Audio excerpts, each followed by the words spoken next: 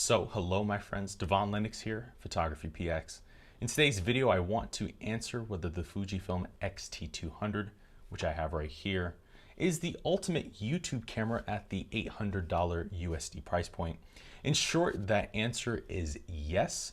I believe it's another one of the contenders at this particular price point to consider if you're looking for a dedicated YouTube camera, but a camera that's also relatively portable, lightweight, easy to use, and offers excellent still capabilities to complement.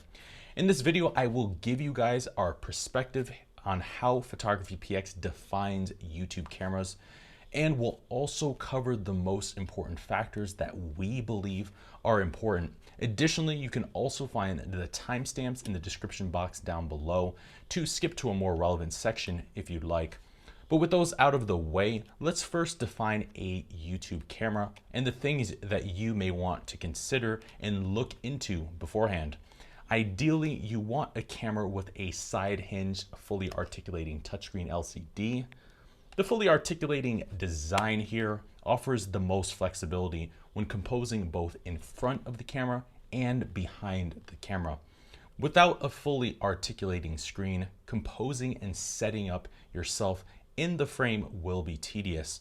It won't be impossible, but it will require an extraordinary and unnecessary amount of trial and error, and it will also slow down your workflow. The next factor that is a deal breaker, however, is a microphone input, which the X-T200 has right here. If the camera does not have a microphone input and instead you're relying on the built-in microphone, you won't capture the best audio quality that's available. But if you're a beginner just looking to get started, this is still better than nothing, so use that if you have to. Even so, at some point as your skills sharpen, you'll want to improve and upgrade your audio quality, and that microphone input is an essential component in doing just that, as you won't be able to upgrade your audio without it. The next factor is a camera that shoots at least 1080p video, but ideally you do want a camera that shoots 4K, even if you're not planning on shooting in 4K, because that will future-proof your recordings. And the likelihood is that if the camera shoots in 4K, its 1080p footage will also be sharper. And that's an added bonus and benefit to you. The next factor is going to be a camera's autofocusing performance in video. I'm recording this video right now with the Fujifilm X-S10 and 35f2 lens. You'll notice that as I move across the frame, the camera does a confident job in keeping me locked in and in focus. And if it does lose focus at any point, it will smoothly retrace back to my face. And this is something to look for when you're looking for a YouTube-oriented camera. But most cameras in today's market do have confident autofocusing systems. Camera technology has also vastly improved over the last couple of years, and most cameras offer both face and subject detection. So if you're getting a recent camera over the last 2 years, this should not be an issue, as the autofocusing performance should already be excellent. Now, if you're a more advanced content creator, you may also want to consider some more advanced functions. These include log profiles, which provide more dynamic range while you're filming. They also give you more flexibility in post-production. Another factor would be zebras for highlight clipping indication to prevent overexposing your videos, and focus peaking and magnification, say if you want to do smooth rack focusing manually, or you want to control the focus in tough situations where autofocus is letting you down. Lastly, super slow motion video at 120 frames per second or higher. These features are more specific and targeted towards advanced creators, so they may or may not apply to your workflow. For some advanced users, however, they can be potential separators between cameras and deal breakers. But with those out of the way as the ideals, how does the Fujifilm X-T200 stand up?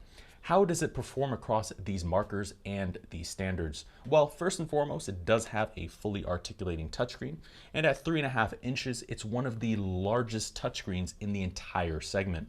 The touchscreen is also incredibly responsive, bright, and easy to use. Fuji's even optimized the camera's menus and interface to support full touch navigation, which works very well. So if you're a beginner, you'll have little difficulty navigating this particular camera. But I do want to say that the menus have a lot of settings, so if you are a beginner, there will be a learning curve. Thankfully, the manual on this camera does offer a lot of insight into the particular functions, what do they do, and their best practices. Outside of that, the X-T200 also does offer a microphone input, which is going to be right here, and it also comes with a USB-C adapter that gives this camera a headphone output, which you connect right here, a rare feature in this class.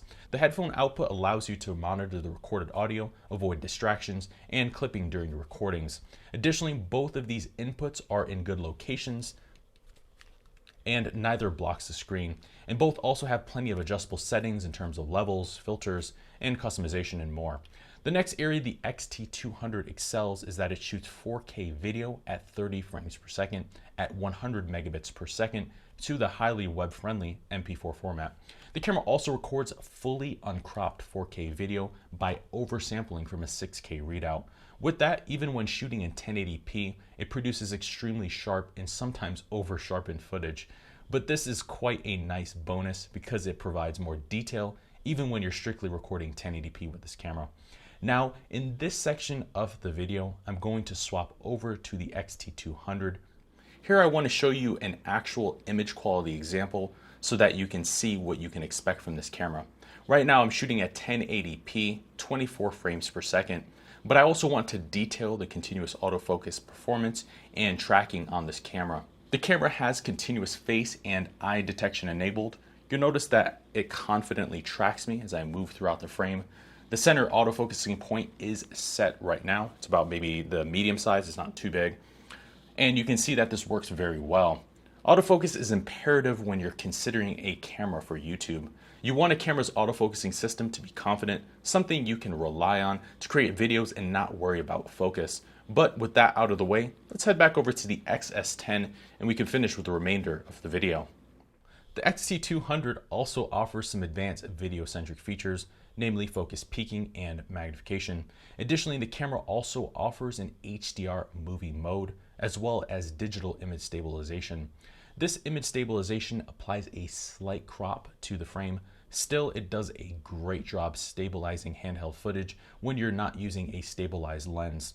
Overall though, the only slight downside with this camera is that the user interface and menus have a lot of settings, like I mentioned before in the video. The settings are consistent and well named, and they're easy to find, but beginning users will have to read the manual before mastering this camera. It's just the reality. Most of these features are photography related rather than video though, to be fair, but even so, there's still a lot of settings and features on this camera. Another area of note is that the battery life is about average compared to other mirrorless cameras. Expect somewhere between 45 minutes to 90 minutes of video recording, depending on whether you're shooting in 4K or 1080p. But let's conclude with my final verdict. I do believe the Fujifilm X-T200 is an excellent camera for YouTube, and it's also a camera that PhotographyPX has recommended highly for this kind of application and this type of content creation. It ticks a lot of boxes and has very few minimal flaws. It's not particularly the most affordable camera for YouTube in this kind of application, but if your budget allows this camera, it's definitely a worthy consideration. But there you have it, my friends. There are my insights and my perspective on whether I believe the Fujifilm X-T200 is the ultimate camera for YouTube. In short, that answer is yes, but it is a little bit expensive, so other options do exist. But if you want to know more about this camera and some of the competitors and some of the other options that you have, you can find some information from our best cameras for YouTube on photographypx.com. I will actually put a link to that in the description box down below if you want to see some other cameras that may also be good options. But overall, the X-T200 is a fantastic option. If you have any comments, questions, or concerns, or feel like I've overlooked something over the course of this video, please let me know in the description box down below. Also, while you're down in the description box down below, we've launched a new brand called pxpresets.com. PX Presets is going to be your next one and only stop for Lightroom presets until we launch Photoshop and other platform presets. But here you can find both desktop and mobile presets to get you started in a variety of different mediums more powerfully and upgrade your imaging and take your images to the next level. That link to pxpresets.com will be in the description box down below. Please check that out if you're in the market for some exciting Lightroom presets. But until next time, my friends, I've been your host, Devaun Lennox. I will see you in the next video.